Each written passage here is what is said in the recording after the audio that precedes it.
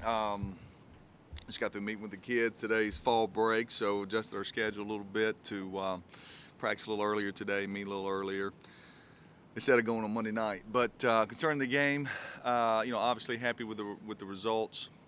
I thought we did a lot of good things. Had several miscues from we missed some signals from the sideline where a couple guys ran some wrong routes, and we left some plays out there on the field that are concerning that we just you know bad.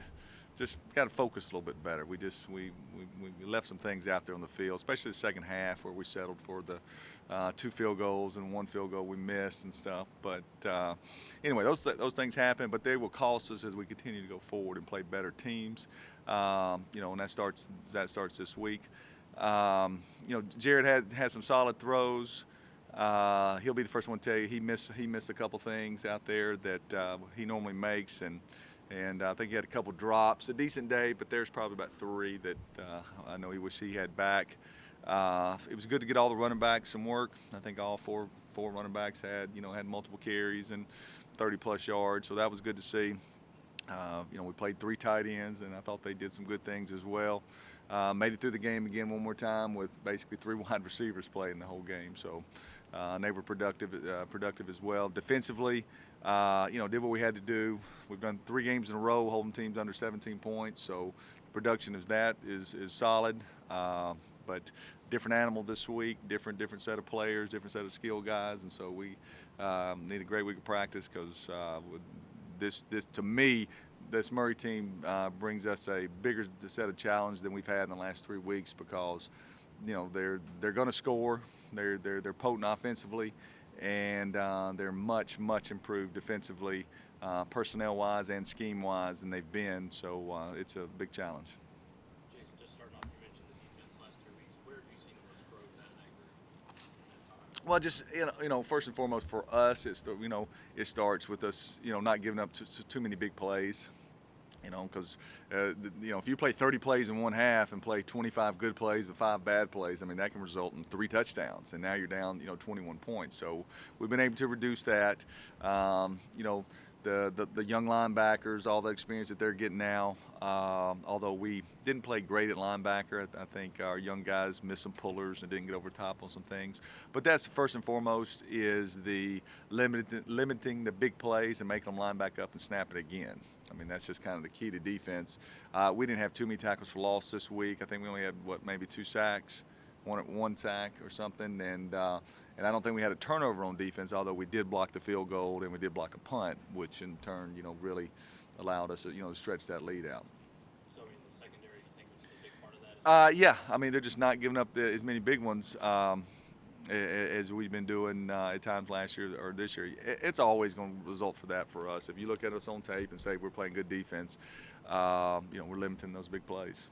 Looking at the quarterback Humphreys from Murray State, he's throwing for a lot of yards, Yeah. obviously, but also really high completion percentage. Yeah. What have you seen from him that's allowed them to do both of those things well? It's no secret. You got to decide what you want to do. You play zone, he's going to complete 40 balls against you. It's just whether or not you can rally and tackle him. If you pressure, can you hold up? Can you hold up in coverage? And then can you contain him enough to where when he takes off and runs, that he doesn't rip off a 50-yard run against you. So you got to be prepared to do both. You got to make them drive the field. Times you got to bring pressure and hope that you get home and can cover them when you do it. But he's like every quarterback, like Jared Neal. Just another year experience. The game's slowing down for him. He stands in the pocket now and makes throws. He's very accurate. He doesn't have as many wasted plays this year as maybe he's had in the years past. And so, very concerned about him. They're a good team. Has Murray been a big play type team, or is it just more like steady games? Look, they can do both. They can do both. I mean, you see them against Austin Peay. Austin Peay said, we're going to try to prevent all the little perimeter throws, and they ran for 200-something yards against them. So you kind of pick your poison. I mean, they have a style of offense that's different than ours, but they've got answers, whether it be in the perimeter and the run game, and then their quarterback's a solid player, and he can adjust to either thing he's got to do. So to me, this is the best Murray team we've played in several years. Neal took a lot of hits at the TSU game. Uh-huh. Did the offensive line give him more protection, or hits were limited? Uh, Saturday game? Yeah, different players. I mean, TSU a little bit better up front. So we were blocking a different type of player. I still think our protection can be better. It needs to be better, cleaner. There was a couple times where he didn't really get a chance to step up into some throws. One sack, probably as much his fault as it was the offensive line, to where he read the wrong side of the field and it delayed him getting rid of the ball.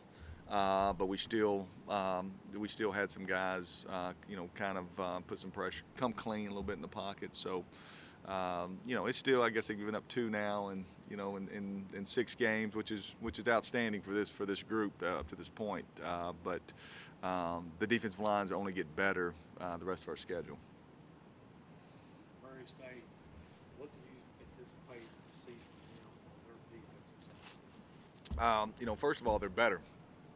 Their players are better. They've added some guys. They added the transfer, the Daniels kid, the D lineman transfer from Auburn. He's been Player of the Week several times. He's an SEC guy, and so he causes you problems. And whether it's a double team or especially when you get single matched up on him, and you got to pass protect him or run block him. So you got to know where he is. And the rest of the front's improved since last year. New defensive coordinator Chris Boone used to work here with us for 5 years. He's always going to have a good plan for you and take away something, what you do good and make you do something else.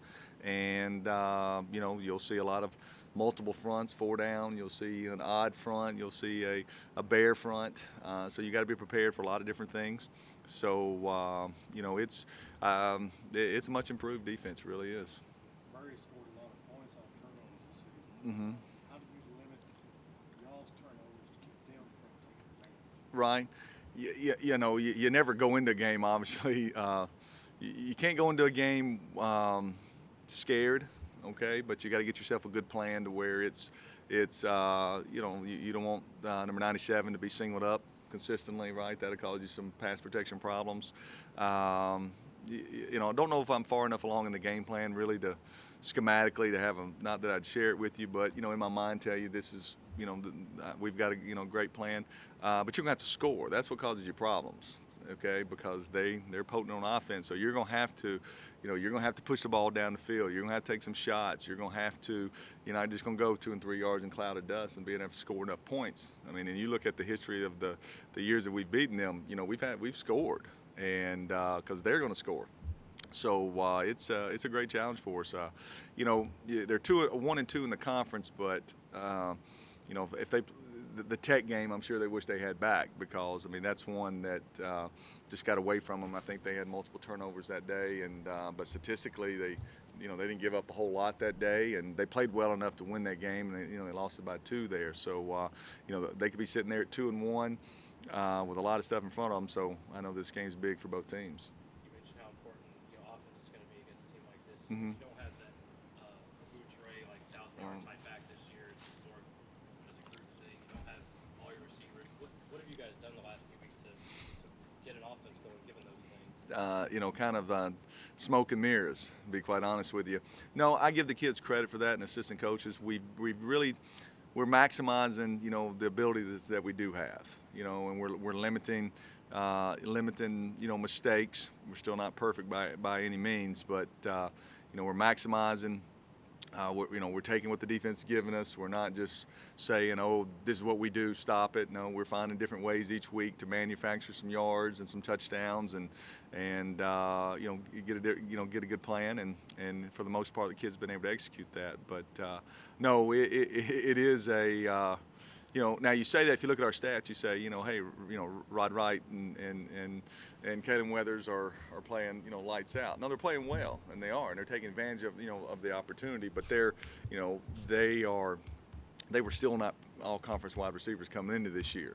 They're not guys that. What do you think of the top receivers in this league? You're going to think of the Jacksonville State guys. The CMO's got one. EKU's, got a couple. But our guys statistically have done a good job and certainly helped this offense. Has it forced you to kind of be more creative as a coach? Yeah, no doubt about it. It's and I give Coach Bond and Justin Moscotti's done a really good job with our pass game.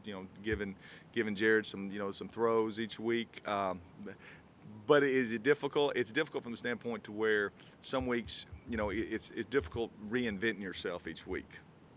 when you've got just faster players and stuff, you can just line up and say, hey, can you cover this guy?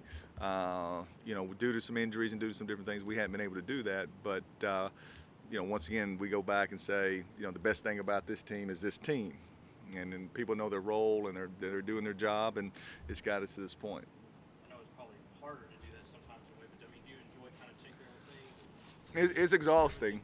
You do. I mean, you come in on Sunday and, oh my goodness, what are we going to do this week? They're good, and we take a lot of pride in that, and I think that's kind of our forte. Whether we're, playing with, one tight end, two tight end, no tight ends, what's it going to be this week that we're going to roll out there and show you and try to execute, and we take a lot of pride in that. But if you didn't have a senior quarterback, it becomes difficult. Because when you're seeing a different picture, because you're seeing blitzes look different because you're not in the same formations as you were week to week. If you didn't have an older, experienced quarterback, that can be tough. One thing it looks like y'all take is with special teams, block kicks, turn them into points. Yeah. No, very proud of that. That's been big for us now. And Jordan Hankins, our special teams coordinator, has done a great job. We've, to go into this season not having a punter and being able to manufacture things with Jackson Reddick, Julius McNair and Coach Covington done a great job with our punt return unit. I mean, we've been solid up to that point, no great returns, but sometimes when you win the special teams, what that means is you don't make a bad mistake. You make your PATs, you make your field goals, and then when you can add a block, when you can return a punt return just for 10 yards and get a first down, when you can pin them inside the 25-yard line on kickoff cover, you're winning special teams, even though it may not, be something spectacular. And if you look at the OVC standings, I peeked at them last week. I think special teams we're top one or two in almost every category. And for us, as for our team and how we're built, that has to play a huge role.